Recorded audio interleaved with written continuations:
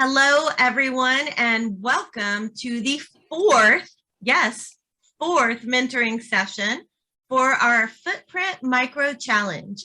I'm Holly Melear, CEO and founder of STEAMSPACE Education Outreach and the STEAMSPACE Academy, here with Dr. Amanda Masino, our partner, head of the Natural Science Department at Houston-Tillotson University, as well as the Department for Environmental Justice, and CEO and founder of the Dumpster Project. We have a special guest with us today. Talitha Brant is studying biology at Houston-Tillotson University and here as a mentor as well to brainstorm on any questions you might have for this project. Now, we are coming in close to our project deadline. We are getting close, friends. I hope things are coming together for you. I want to remind you, if you have questions or need help, please reach out to Dr. Masino. We've shared that email with you in previous emails, but Dr. Masino can share it again before the night is over. And we want to be able to answer any of those questions you might have. Your presentations are due on February 16th. I believe that is towards the end of next week by midnight Central Standard Time. We cannot wait to see what you've come up with. I want to talk just a little bit about your presentations again before I turn it over to Talitha and Dr. Masino. Remember, your presentations have a lot of wiggle room. You must, though, answer the question that we sent out for our footprint question for the challenge. However, the way you give your presentation has a lot of flexibility. It might be a video you created. It might be a slideshow you created. You might actually have created some physical models to discuss things, or it might be your team just taking turns talking about what you've been studying and researching and how you would go about creating this regenerative living system. We have a lot of choice in this competition, but one thing we really are going to be looking for is how well you answer the question. If you were able to use many of the supplies given to you to begin creating your sustainable regenerative system in a closed or quasi-closed environment, and if you also shared the work. This is a team micro challenge. So one person doing the work for 5 isn't the way we do it, right? So whether it's sharing the presentation time or giving credit to those who did the research or did the graphics, this is a teamwork competition. So we really would love to see a little bit of illustration about how you went about sharing the work with your team, because if we can't work together as a team, it's going to be really hard for us to be successful living off-world on our rocky outpost. So with that said, I'd like to turn it over to Dr. Masino and Ms. Talitha Brant to discuss a few thoughts for this challenge this week, and thinking about any questions that have come up or that might be coming up over this next very important period of time as we come to a close with this challenge. Yeah, thank you. Thank you, Holly. And hi, everyone. Again, I'm Amanda Masino from Houston-Tillotson University. I am going to reread part of the challenge question, and then I would love to hear Talitha's thoughts on maybe some of the challenge and how she might approach it, because that might give you some ideas. And then we're going to talk a little bit about, what might be coming up for you and things you might want to include to put in your presentation. So again, the question, your main challenge is to design a regenerative living system when you're living in a closed colony with only imports from Earth to begin, right? So we have a list for you, and you need to use this list, maybe all of it, maybe some of it, to create this regenerative living system. So here is the list of resources. You have small livestock, seeds, soil, young plants, filtration systems, water purifiers, solar energy panels, greenhouse supplies, lighting, humidifiers, tents, microorganisms, nanobots, portable solar magnetic powered windmills, 3D printers, power supplies, and insects. So you have quite a list there to mix and match from. Working with what you have, how will you nurture this environment to grow and sustain you as a settlement? And how will you transform your rocky planetary environment to increase resources while also minimizing your impact on the native habitat? And that's why this challenge is called Footprint, because we want you to think about the footprint, what traces you're leaving on this new planet. What are you creating pollution? How much energy are you using? Are you kind of giving back to the environment around you and making it richer than when you arrived? So that is your challenge. And this might be on Mars, this might be on the moon, it might be on another planet. In your challenge, if you are placing this somewhere, tell us where it is. Be sure that as you describe your settlement and you describe what's going on, you explain what the environment is, because the choices you make to put a regenerative living system on the moon might be very different than if you're putting it on Mars or on Venus or on another planet. So make sure that in your material and in your report, whatever it is, a video, a model, a demonstration, that you show us, that you explain what is your planetary environment so that we can understand how you've met the challenge for that place. Okay, so I'm going to pause there. Talitha, what strikes you about this challenge? What ideas come to your mind for a regenerative living system using those bits and pieces I just listed out?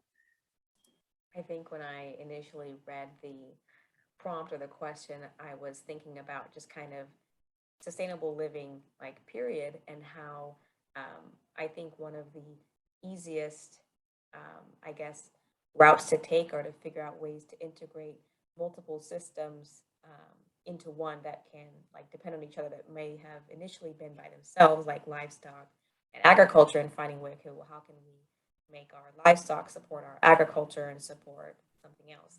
And I guess I don't know if I'd really, thought about it, maybe doing it myself, but it's something I'd always been interested in, was the idea of using like a fish pond and growing crops or food or other agriculture in that water, because in that way it will, keep the fish, the area clean, and, the water will have, different nutrients in it, but then specifically from the fish for the plants. And so that's one way, if you needed food, or the fish, could be used to turn fertilizers or whatever, but then you have, one system. And I think that's kind of what came to mind, was just that particular system. But, any way that you can, put two or more separate things together and have them work, in tandem even better, that's perfect for this kind of thing, when maybe either resources are limited or space is limited, or like oxygen is limited, or, different things like that.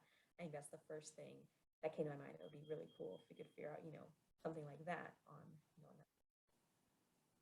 Yeah, I love that. I think that's the key. You have to combine these systems. You have to combine these elements, and then do it in a way where they are feeding into each other or supporting each other. Yeah, like, so the fish and the agriculture, that would be ideal, right? The fish products can provide fertilizer, and then you can even find systems where you use like insect larvae to support the fish, so you can add another layer to it, and be doing that. So yeah, absolutely. That makes me think of learning from what we have on Earth and our ecosystems, because a lot of those relationships in our ecosystems are like those mutual relationships where we can see nutrient cycle between different organisms, or energy cycle. So you could replicate that in some ways, right? The same microorganisms that we use here in the soil that fix nitrogen for plants. Like, how would you use those in a different planetary environment to do a similar function in a kind of loop like that, where they're supplying the plants, and then the plants are benefiting from the nitrogen, the animals and the humans that eat the plants are getting it. So it's almost like you're trying to reproduce some of what we have naturally occurring here. Exactly. And I think too, when you, like you mentioned earlier about Oh, Talitha, could you lean forward just a little? Your audio goes out a little bit when you're further away. Yeah, thank you. Yeah, I think, you mentioned earlier about the importance of stating, maybe what planet, particularly students choose to build their settlement on, or theoretically, is like, considering the, like what makes up the atmosphere there. Because something maybe here, nitrogen fixation might be a really big need, or, something that's, like maybe not as ample as, say, on another planet. I don't know specifically the, atmospheric composition of other planets, but, that would be something to consider, is like, well, maybe on this planet, we wouldn't really need that, or that's not as big of a, or there's, more access to certain resources elsewhere, or, you might not have access to any at all. So thinking about that as well, what ways Right. to create those things in other places where they're not just abundantly in the atmosphere or in the ground. Yeah, that's very true. You've got to know what you're starting with, right? What is the baseline in this rocky environment, or maybe not rocky environment if we're talking about Venus? What is in the atmosphere? What's available there, so that you know what your starting point is? And yeah, maybe some of the things that we have as processes here on Earth would not be important there, or would even have detrimental effects if we put them over there, right? So yeah, you've got to be really careful. That makes me think of invasive species. And I don't know why it came into mind when I was thinking about this challenge, but we've got livestock and plants and bacteria and fungi and insects. So we're bringing organisms in addition to humans, right? We're also bringing all the bacteria and viruses and fungus that live on us. So we're bringing that whole community with us too. And going to a place that might have its own microorganisms, it has its own environment, whether it's living or non-living would depend. And so there's the potential for us introducing things that take over, right? That would be invasive, the way that here on Earth, if you bring in a species that is not native to a place, because there's no competition, because there's no predator, it can just overgrow and take over everything and really decimate the environment, like the zebra mussels in Austin, or the cane toads and rabbits in Australia. So I thought about that, and I think you talking about knowing the environment reminds me of that you also could think about, how do you do this in a way to make sure that you don't accidentally let something loose in the new planet. One thing that was really interesting in our last mentor session with Dr. Tam, we had a pretty great conversation about space, not space, but space. That when we're colonizing or settling this community, we might not have the room that we would have, say, in Texas. So we really need to think about the size of our livestock. And he really put the challenge forth of,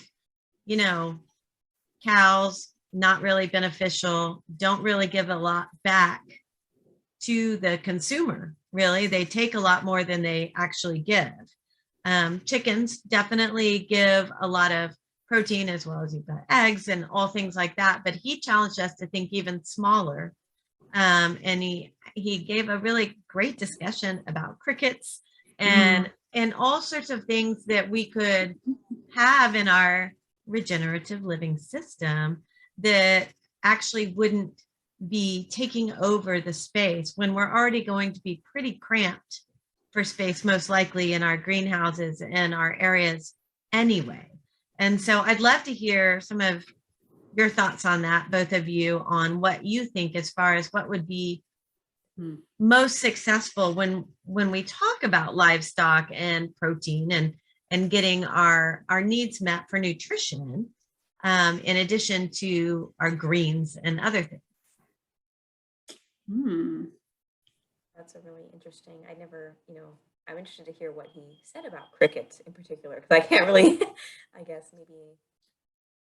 Well, I will say he was talking about it being a great source of protein. So where he grew up, crickets were actually something that was eaten regularly. And I know that long ago when I was backpacking, I too got to experience crickets. and they take up such little space. But Such little space.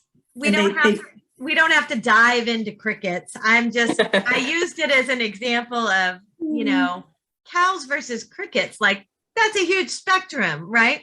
So thinking smaller, and just thinking about getting the most, I guess, bang for your buck, so to speak, and the most efficiency when you're having, you know, gardens and protein sources. I'd like to hear a little more of your thoughts on those ideas, but you don't have to dive into crickets, I promise, or grub worms, I promise. That's where my mind went, because I thought of like Bear Grylls eating the big, thick, you know, worms, and that's where my mind went. I mean, it is a great protein source, right? This is a challenging one for me because I think the answer, like the scientific answer that makes the most sense, is to have insects involved in some way as a food source, because yeah, you get some concentration of nutrients, and they can be very energy dense. So you get a lot of calories and a lot of good nutrition for the amount of material that's there. And you don't have to invest a lot of resources in them the way you do, a cow or a chicken. I mean, that's a lot of water, a lot of food, and it doesn't translate into as much nutrition for you. However, I would love to do this with just plant-based food. And there's all sorts of exciting things happening here on Earth with plant-based food that I think could translate really, really well. There are plant-based, you know, burgers and chickens. If you really want that taste and you don't want to give up your hamburger, you can have these plant-based burgers that have beet juice in them, and they look like, you know, rare hamburgers, and they replicate the flavors. And so we're doing all sorts of interesting things with plants, and they're just so versatile. You can get all of your amino acids, you know, you just combine the plant sources in the right way.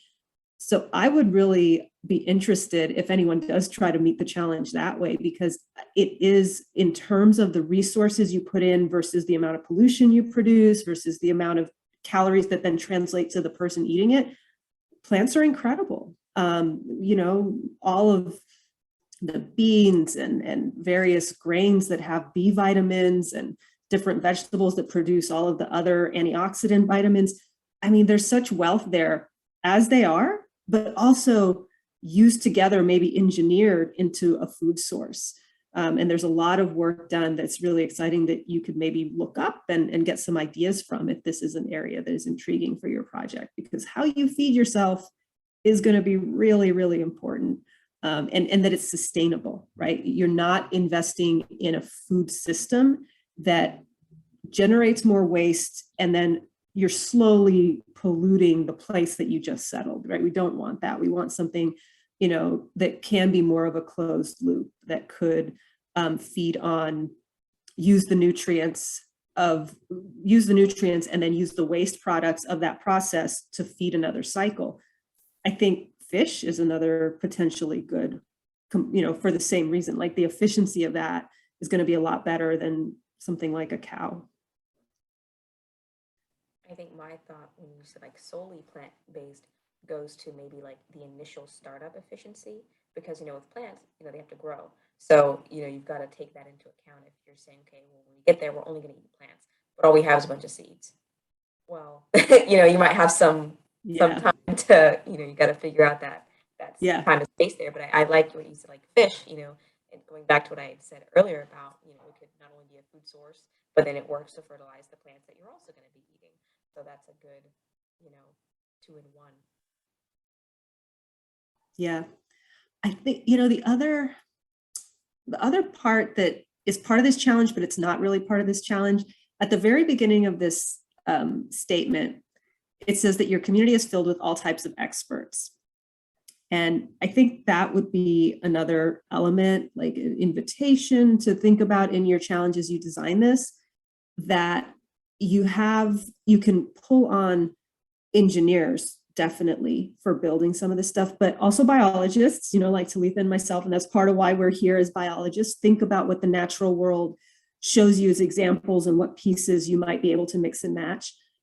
But there might be expertise beyond that as well, like different areas that could inform what you're doing, architecture, design, like landscape strategies and landscape engineering, even thinking about how construction takes place. Like all of these are areas of expertise that you can kind of combine.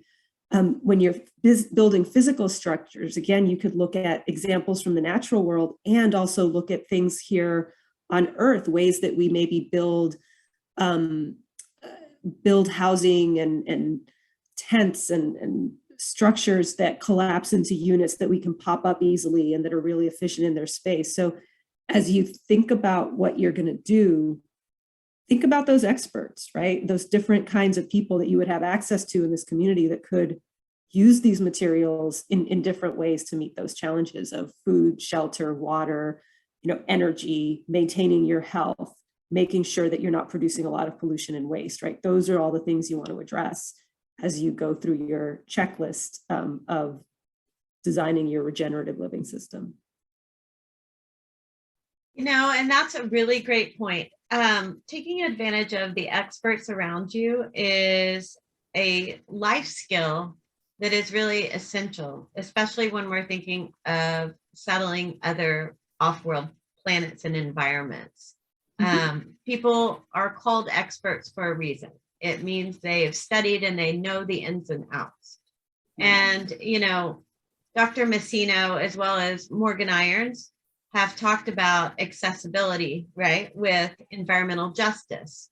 And so there will most likely be at least one expert who can be supportive of that as well, to kind of be your checks and balances, so to speak, of making sure there's equal access and equal opportunity for this, the product and the benefits of this environment you're creating, and making sure that it is equal.